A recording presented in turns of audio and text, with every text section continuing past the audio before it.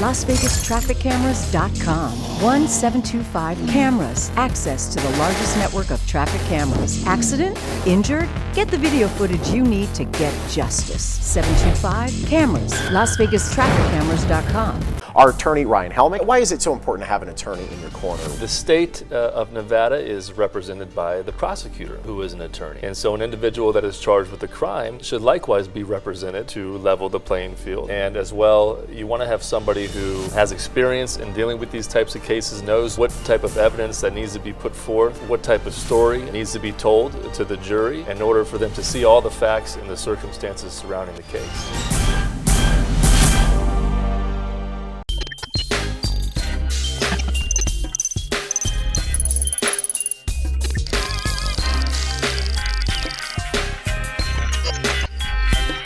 Videos where you have an officer basically around the neck area. These two retired Vegas cops now podcast hosts.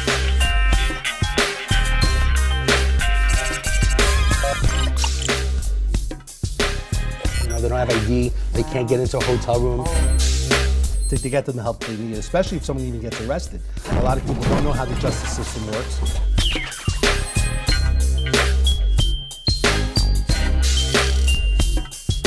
You guys have going on is necessary, it's needed.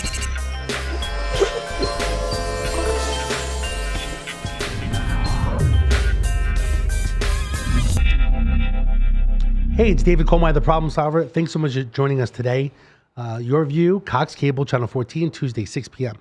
What I want to share with you is for the Problem Solver. I want to thank you for listening and watching every single week, Tuesday at 6 p.m. I want to do something very special today. If you text our number, the Problem Solver, 702-999-1111. Again, 702-999-1111. We are giving out today only between 6 and 6:30 2 free movie tickets, or we have a lovely ticket as well, 2 people, to do axe throwing over in Henderson. So again, 702-999-1111.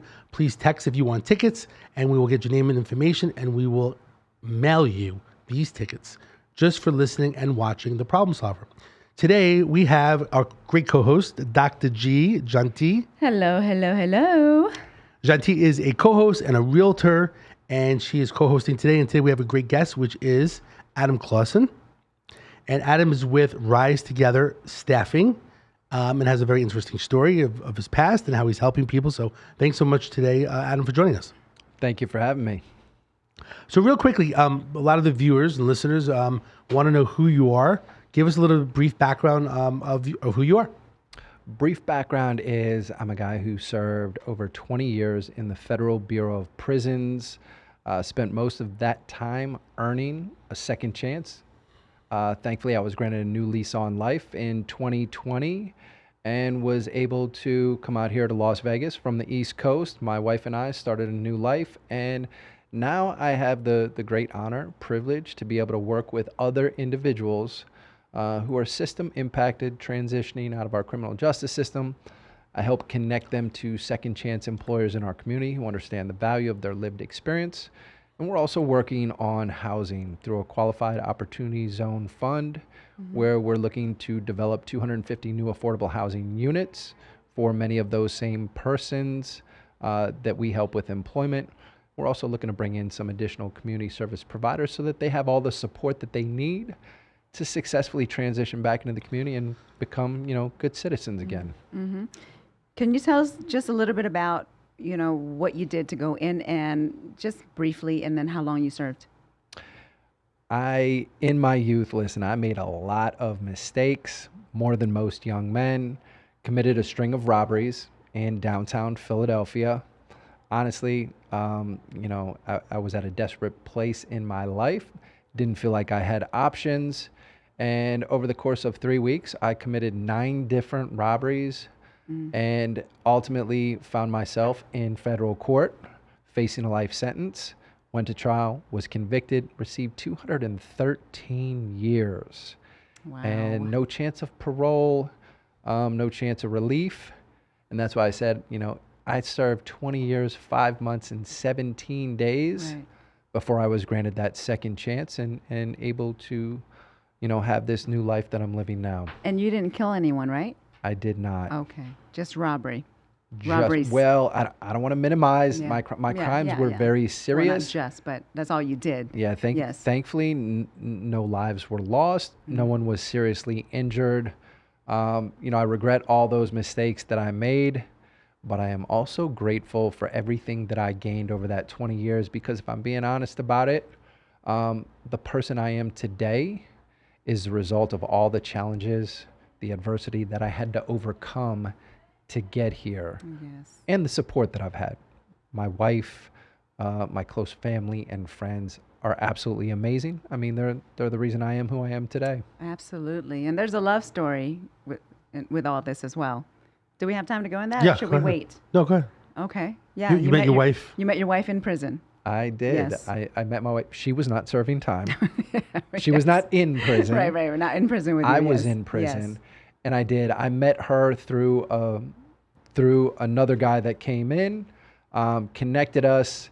We started corresponding. Next thing you know, she comes up. I have the opportunity to sit down with her, and we very quickly realized that it was serious. And she made a decision that she was going to become my chief advocate and help me win that relief. Although I don't think she expected that it would take over 11 years of her being a part of that relationship. But I made some commitments to her, and I'm grateful to now have the opportunity to start to follow through on those. Well, how amazing. That is some commitment on both sides. I don't know if I could wait for a man for 11 years. No, it's an amazing story. And then you have a beautiful baby boy, right? Baby boy, 18 months old. God bless you. He's a miracle. Absolute miracle. So real quickly, what do you feel like being in prison for 20 years? Do you feel that the jail system works? Absolutely not. And why does it not work? Is it just being disciplined? I'm an for a time? anomaly, right? When I tell you everything I learned in prison. Most of that was because I was able to invest in myself. My experience was a little bit different. The resources don't generally exist for individuals to improve themselves, for them to get the education, the skills that they need. Most people think that exists, but it's generally. I thought that existed. I Yeah. thought we taxpayers are paying for those things. What are we paying Probably for? paying for them, but those services are not necessarily being delivered. They're not available to everyone. What I was able to have access to never existed prior to my period of incarceration, and unfortunately does not exist now. And that was because some people out in the community made serious investments, time, money to come in, to be involved. And we need more of that. We need people who are willing to invest their time, their resources to help those individuals because, generally people in prison need a whole lot of help. Right. What's the three main things, if you had to make some changes like overnight in regards to the prison system, what would they be? If you could just kind of cast a little bit of a spell and make some changes, what would the three things be for all the prisons, in the United States of America? All the prisons. Oof. Is it education? Is it programs? First and foremost, in order for anything that you're going to implement to be successful, you have to change the culture in our prisons. The current culture that exists is adversarial. We have staff versus a population, and that's just the way that prisons operate. If you look at other countries, Norway, Germany, they have different models. It's different. It's more pro-social. People build relationships, just like anybody in a professional working environment. You can have a relationship and keep boundaries. We need to figure out how to do that in our prisons, increase education, accessibility, and also we build prisons in the middle of nowhere and then wonder why, people don't have the opportunity to see their family for years at a time and wonder why they have difficulty getting, accepted back into their community, back into their families. Like we physically separated people. We've put up all these barriers, phone calls, emails, those things cost big money in prison and you don't make any money.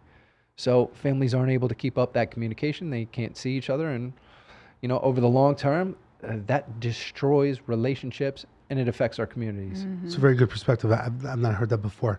We're going to take a quick minute break, and when we come back, I want to talk about some changes in Las Vegas in regards to traffic tickets that are no longer being criminal and in regards to marijuana being out in the community in regards to, being available to people, and then also these marijuana lounges that are opening up in Las Vegas. So we'll be back in a quick minute.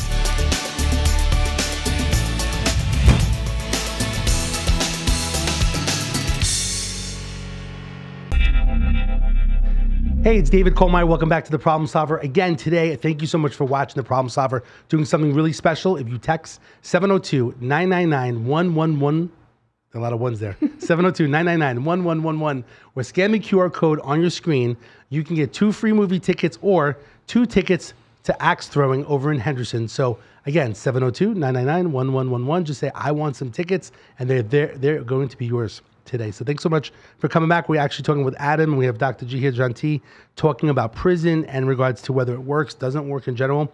I guess here's my concern. As a retired police officer and someone who served some jail time, how do we avoid people from going to jail? And what concerns me is these days right now, marijuana basically is legal, and people can go smoke marijuana, buy marijuana, edibles, all this stuff that's out there in Vegas. And I'm kind of concerned now with these marijuana lounges that are popping up on the strip that's going to be really, really big these days. It seems like every day there's someone dying from drinking and driving and drinking under the influence of a controlled substance. Is this good or bad in regards to marijuana being so freely, even though I say distributed, I mean, it's allowed, it's accessible to the community, and especially with these new lounges. What are your thoughts? My thoughts on marijuana being legalized, period, is obviously it's going to open the door. Like, we deal with people all the time coming through our staffing agency who, since it's been legalized, don't understand that they still need a drug test for certain jobs. Like, we have paratransit through a subcontractor with the RTC. Clearly, they have very specific guidelines. So, people have to understand, even though it's been legalized, like, we still need some guardrails on it here. It's the same thing with, drinking and driving. I mean, look at how many people die every single year because of that. And obviously, I would say it's just common sense. We're going to see an increase in incidents similarly with marijuana. Yeah. So absolutely. you definitely would agree there'll definitely be an increase in driving under the controlled substance and people dying because more people are going to be on marijuana than ever before. Listen, without a doubt, driving down the 215, you smell it, right? You're doing 70 miles an hour, and you can smell there's people clearly, in the car in front of you smoking. Like, I mean, that's the reality. But they argue, the marijuana users or the people that partake argue that it's different from alcohol, right? Like, it's better or they're more aware, relaxed, right? Well, they're more relaxed, but they're more aware of things too. So that's what they argue. I don't know. I don't like marijuana, and I don't smoke it. Got it. But so I don't know. I don't know what would be the difference. Now, are there other states that have these lounges now? I believe some Besides do. I don't know if it's Colorado or some other places. I mean, I really haven't checked. I just think I just see a lot more on TV where people are dying, and a lot of people are like, we need to stop DUI. We need to, but like, how do we stop it if we keep allowing marijuana to be so accessible to people in the community? Actually, I met with someone today, and they were saying, my kid who's 19, I'm concerned he smokes marijuana. He wants a car. Am I liable if he hits somebody? Like, it's more of a concern, especially with younger generation, because it's, think about our kids, right? Age 4, 18 months. When they're older, it's just going to be natural that they're like, it'll be like a cigarette in regards to marijuana. Like, it's not a big deal in the eyes of people in our society.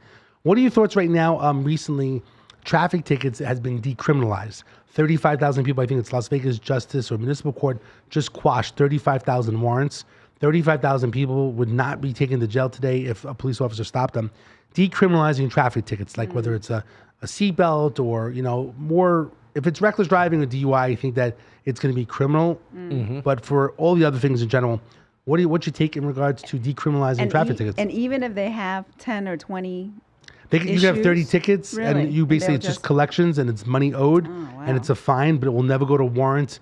It's not a criminal matter, it's a civil matter. You owe money. Now, maybe the DMV would stop you, right? If you owe $500 or more, and I think things are being worked out, they'll stop you from getting maybe your license, but you wouldn't go to jail for it. You could technically have 50 speeding tickets and if you didn't pay for it, Suspend your license or something, right? I don't. That would well, that would stop them from driving. I don't know how that would work. Maybe they can't get a Not license. necessarily. Oh well, I mean, yeah, That's you're not right. gonna- They're still drive. Yes, If you without have a 50 license. tickets, yeah, you're probably not going to stop driving. Yeah. I don't know the exact because it's so new right now. It's been like what 2 weeks. Yes. So I don't even know the exact formalities of it in general. I just know. Sure. They'll just have to work through the kinks of the system. I would say this, that I think it's a wise move. Far too many people end up coming through our county jails, which are highly transitory, right? They're taking up beds that cost taxpayers big dollars, where you're just funneling them through the system. They come in through the front door, they're going right back out the back door. What happens? Maybe their car gets impounded. Like there's other consequences to that where honestly, it's a fine. Like we want that person to be able to pay it at some point, but if we enter them into the system, they're not paying it while they're in the county jail. Taxpayers are paying more. So I believe it's actually saving money and ultimately, improving outcomes even minimally. Right. You know what's interesting is when I was a police officer in Henderson, a lot of times I would pull people over. They would have warrants. Their car would get towed. It costs $300. They have a warrant. They go to jail. It affects their life, their work. They won't show up. They lose their job. So I think on a whole, for society, it probably is better for people not to go to jail, right? Not to have their car towed because a little bit like this, they lose their job, right? They can't make their mortgage. They can't pay their rent. They don't have money for food. So it really can basically be like a spiral effect downhill, being really negative. So I think on a whole, for people, it's better. And I just hope in our society that we're going to be mature enough to, still act like human beings, even though if it's just a civil fine, not to increase speeding now or going faster or be driving more reckless because they know it's not, a criminal matter and it's a civil matter. So that's just kind of my concern. When we come back for a quick minute break, I want you to share exactly what you're doing these days to help people in the community, getting employment and all the positive efforts, especially from the time that you've done in prison. And you're taking all this energy now and making it like a positive energy to help people in our community or society. So we'll be back in a quick minute. LasVegasTrafficCameras.com. 1725 Cameras. Access to the largest network of traffic cameras. Accident? Injured? Get the video footage you need to get justice. 725 Cameras. LasVegasTrafficCameras.com.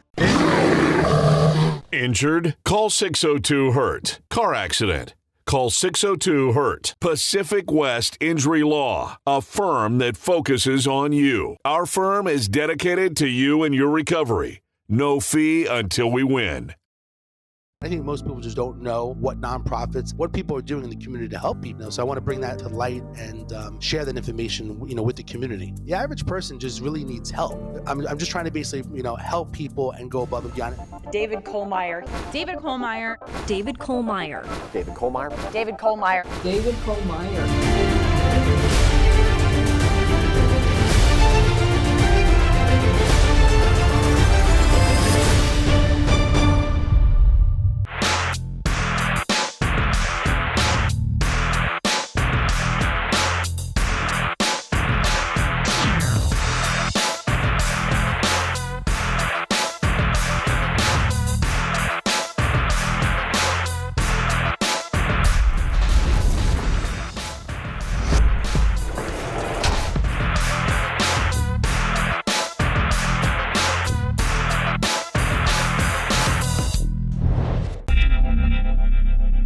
Hey, it's David Kohlmeier. We're back with The Problem Solver. Thanks so much for joining us today.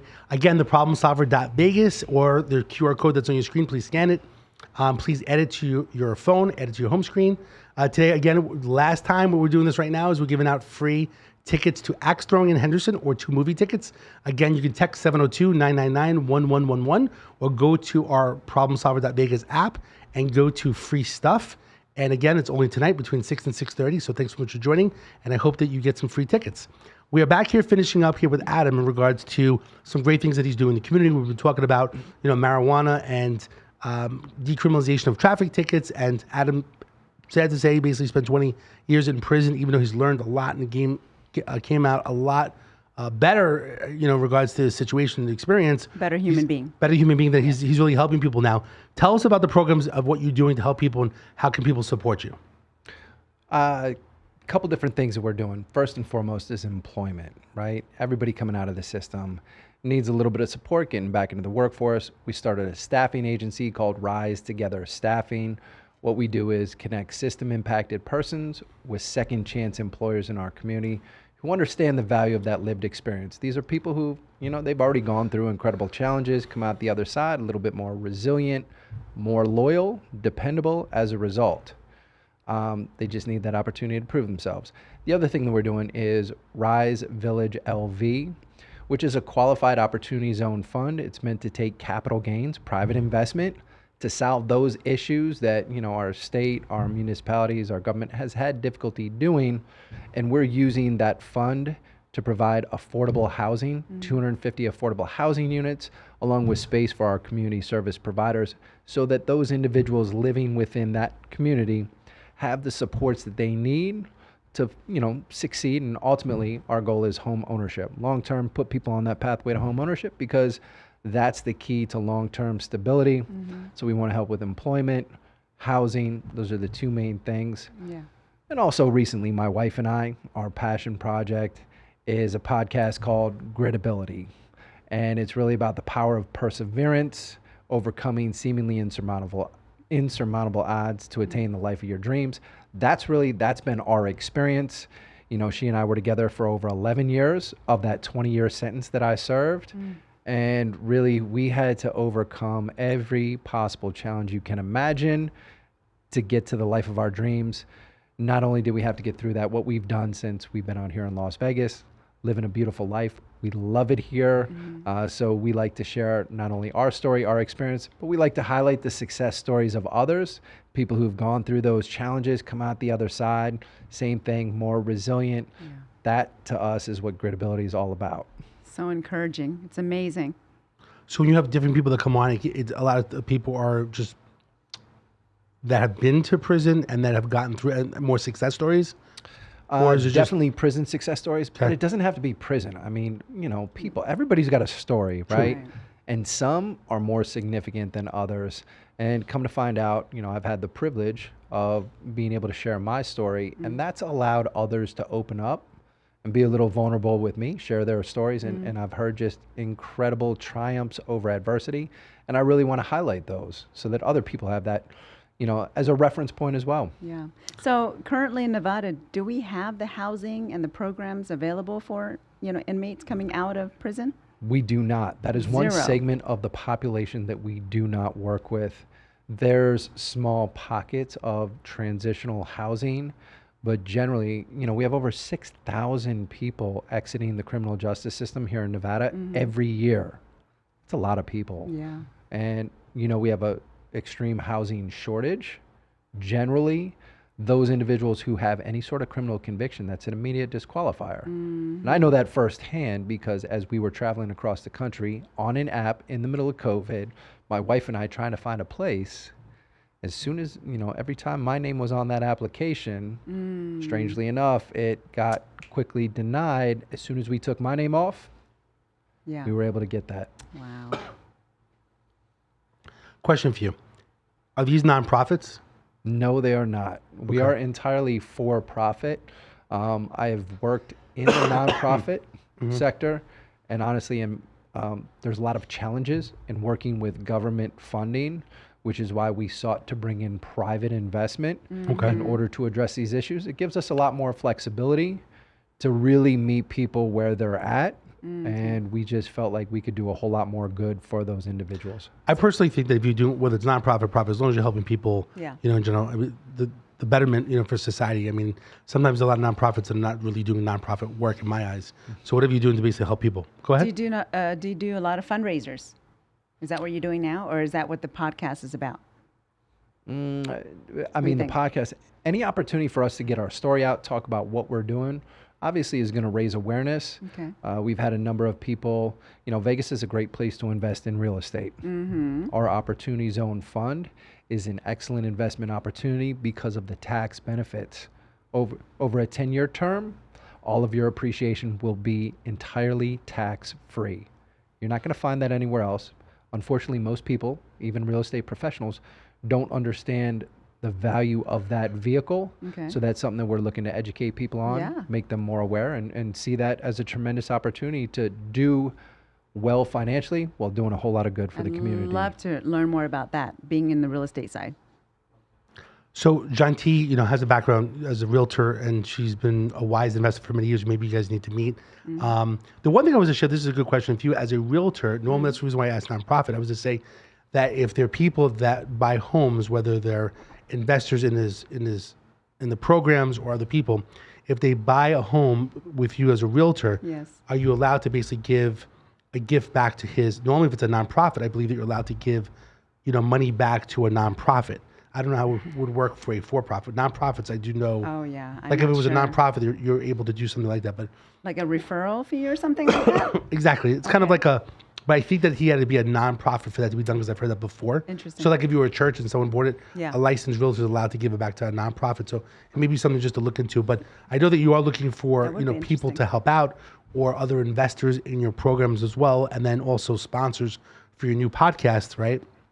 So definitely, if you want to help out, Adam, what's the best way of getting in touch with you? Is it just following you on Instagram, or what's the best way to get in touch with you? Instagram at Gridability. Okay. That's generally the best place to find us.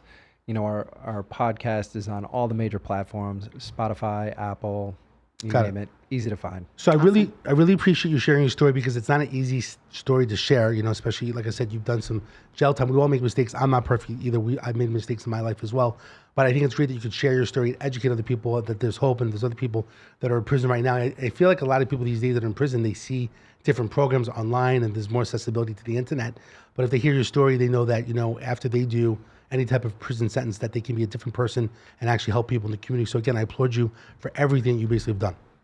Thank you. So thank you so much, Adam, for joining us on the show today. And Gentille, thanks so much for joining as well. And as usual, the Problem Solver, again, scan the QR code, theproblemsolver.vegas. We're here to basically help people with problems, refer them to programs like Adam's, which are great. So if you know somebody that can use Adam's programs, please, whether you're in touch with me or Adam, 702-999-1111. Again, today from up to 6:30, if you want some free tickets for axe throwing and also 2 movie tickets, go to theproblemsolver.vegas or text 702-999-1111. Thank you so much, and we'll see you next Tuesday at 6 p.m.